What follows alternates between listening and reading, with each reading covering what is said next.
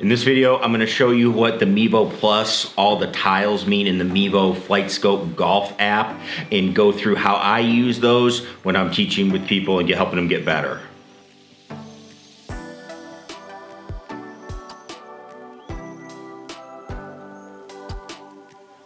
All right, so let's go through the numbers we just captured with Flight Scope Golf. We're gonna go through them. We'll go through them pretty quick, just trying to give you an idea of what we're looking at. I'm not gonna show you how you necessarily change things, but just what you're gonna be looking at when you're looking at these numbers. What information am I gathering if I'm coaching somebody on what I'm seeing here? So that's it, quick run through, and then hopefully you can reference this as you go.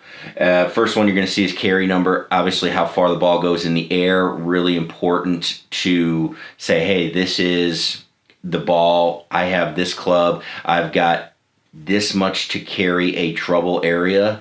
I need to know that number. So we take that one a lot. We do that periodically where we just yardage gap and get the carry and then go from there. It's a really, really important number to know and one to pay attention to as you're hitting shots. If you're hitting irons and short irons, this is the number you're going to care more about than even the total yardage, I would think, because usually those shots are going to hit and stop and maybe even spin backwards. Then we move into backspin. All right, backspin, I look at it from a club fitting standpoint. Obviously going to matter. It's really important to know what you're doing as far as your clubs. Are you putting too much spin, too little spin? But it's also going to give us a look at maybe angle of attack because that has a huge influence on it. We also will see that, all right, the strike can really affect how you are putting spin. So a lot of times I'll see the spin go low. It really is something that what's the perfect number of spin kind of can vary from player and equipment, what you're using. The general rule of thumb is take the club number and times it by 1,000. So a 7-iron should be around 7,000. Now, depends on your equipment. My equipment, it's a couple years old, year and a half old with the irons. The golf ball's been hit before. That makes a difference in all of this. Plus, I'm a low spin player anyway, so I typically see my spin be a little bit on the low side.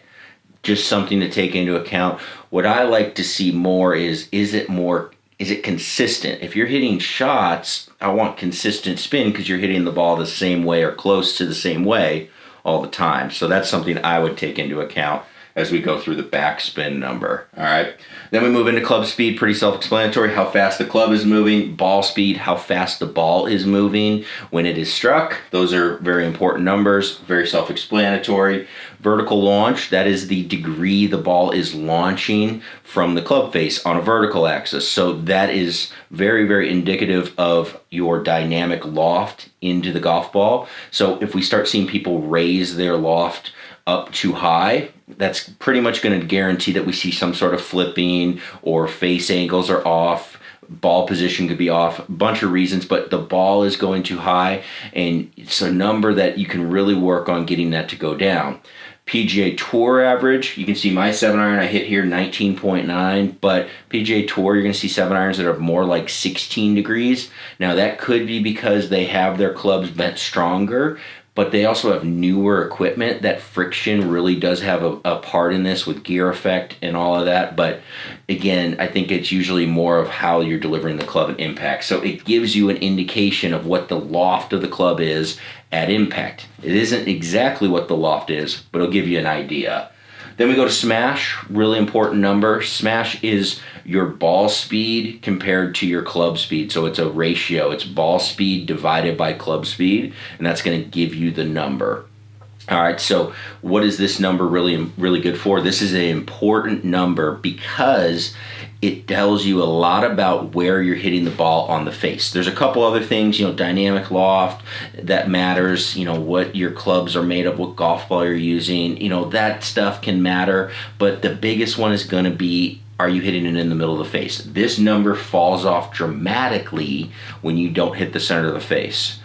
It's pretty much the king of the game is can you hit it in the center of the face? So we're always looking at that number. If somebody says, hey, I'm not hitting the ball very far, we're going to look right at the smash factor number, see if they're in the ballpark, and go from there. You can see mine right here, 1.28. PGA Tour with a 7-iron is going to be 1.33, something like that on average, and go from there. Which, by the way, if you want, you can look up all these numbers on TrackMan. They have it on their blog, so they have a chart that I keep handy. I don't memorize them. I just have them around all the time. Next two numbers, I don't actually ever use, other than if we're going to play a game. These are going to be height and flight time. Height, I can see that being more of an advanced thing if you're trying to get a feel for, hey, I need the golf ball to go high. I'm playing a golf course with firm and fast greens. I need it to come down with a really, really good descent angle. Then I want the ball to go higher. If flight time, kind of the same thing, you'd want it higher, or if you hit it faster, the ball would stay in the air longer. I think you're going to see that, all right, I can kind of get these things by just focusing on the other stuff, and good things will happen. Height, though, in reality, it's something, though, I can launch it low, but the way the ball's reacting, if from a club fitting standpoint, I could make it go higher and not sacrifice having to like flip at it or something like that. So it's not a number I use a ton, but that's what you're looking at when you look at those numbers.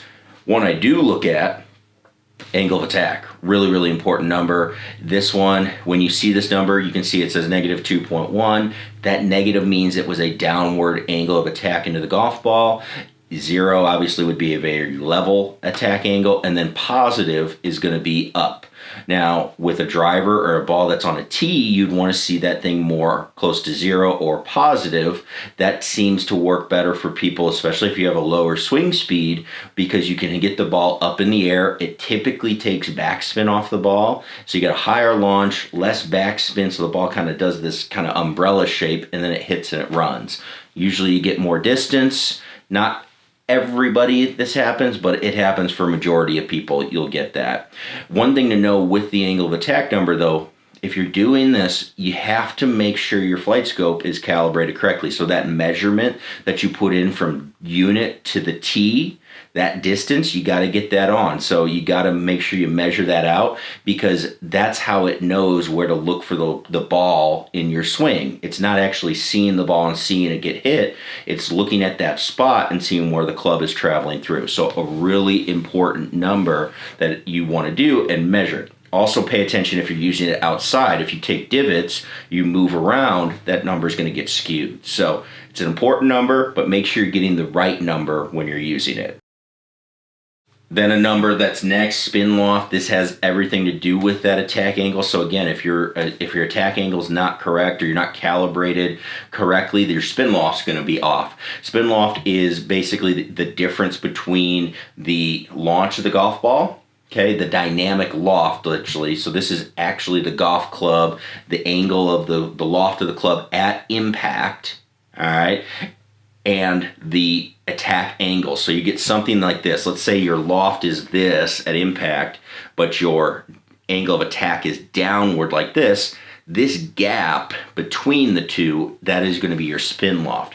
The higher it goes, typically you're going to see more spin. There's some theories out there that if you get too far apart that you get diminishing returns, but I've seen people that have debunked that theory.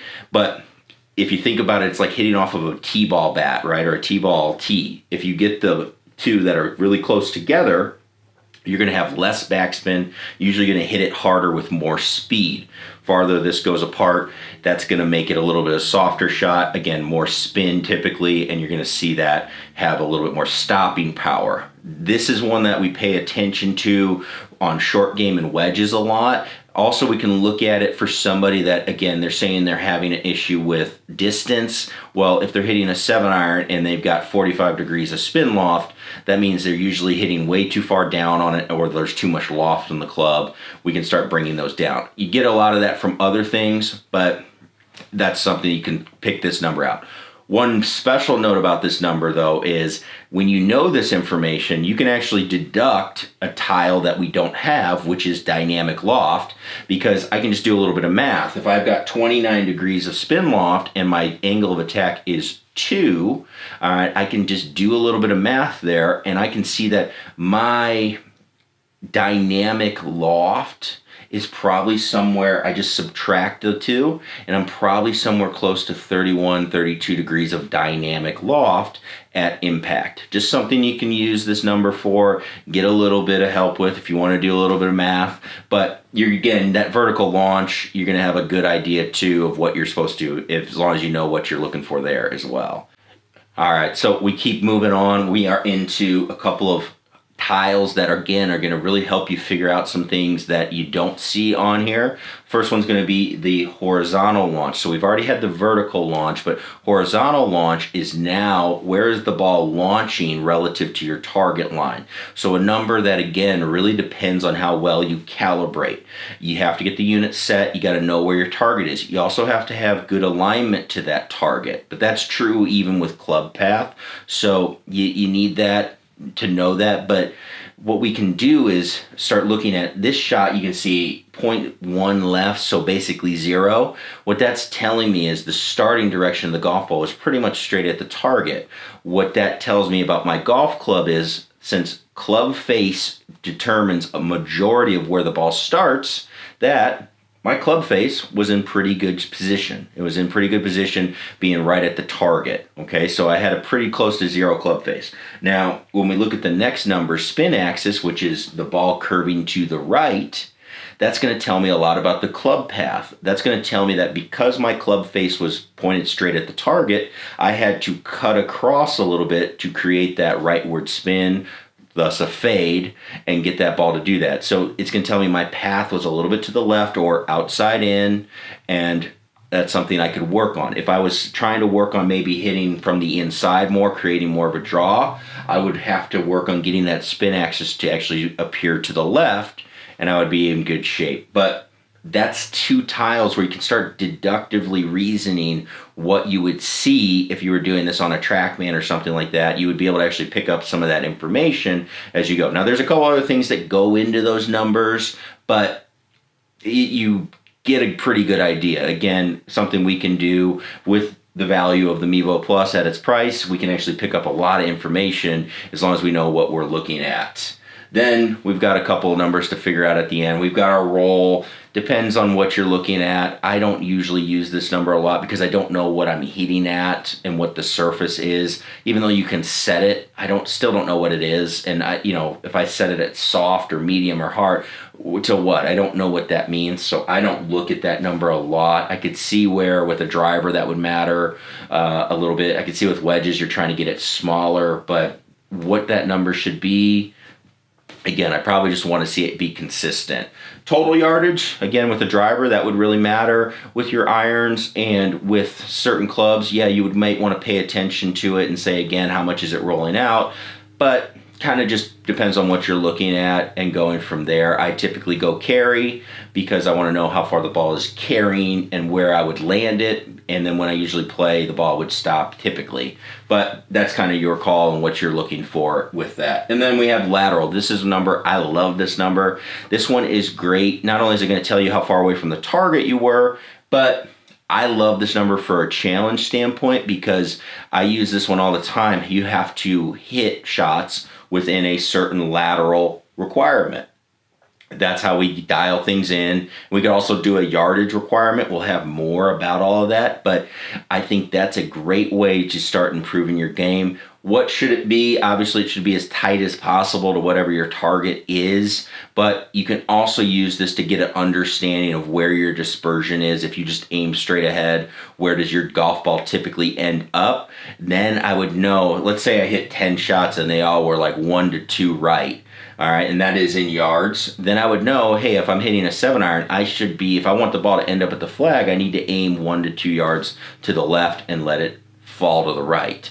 That's where you can start using that information. If you're using some stat tracking or decade, that would really be helpful information to use. All right, so that's a look at all of these data points. Hopefully this helps you out and gets you an idea of what you're looking at. If you weren't sure, again, some of you that were very comfortable with launch monitors, this is something that you know already, but we did have questions about, hey, what is this tile?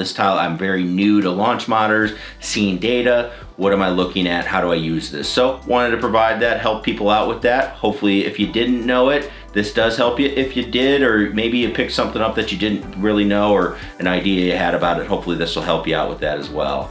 Again, in upcoming videos, we'll go through, I'm gonna talk about each one of these or specific ones, and I say, all right, if this is an issue for you, how are you going to work on making this an ideal number for you? So we'll have those drills, some ideas coming up, so don't miss out on those videos. Click that subscribe button down below. And again, thank you so much everybody for watching. Hopefully everybody's out there healthy, safe, and if you liked it, give us a thumbs up. That really does help, and we appreciate you being a part of the channel. We'll see everybody in the next video. All right, peace.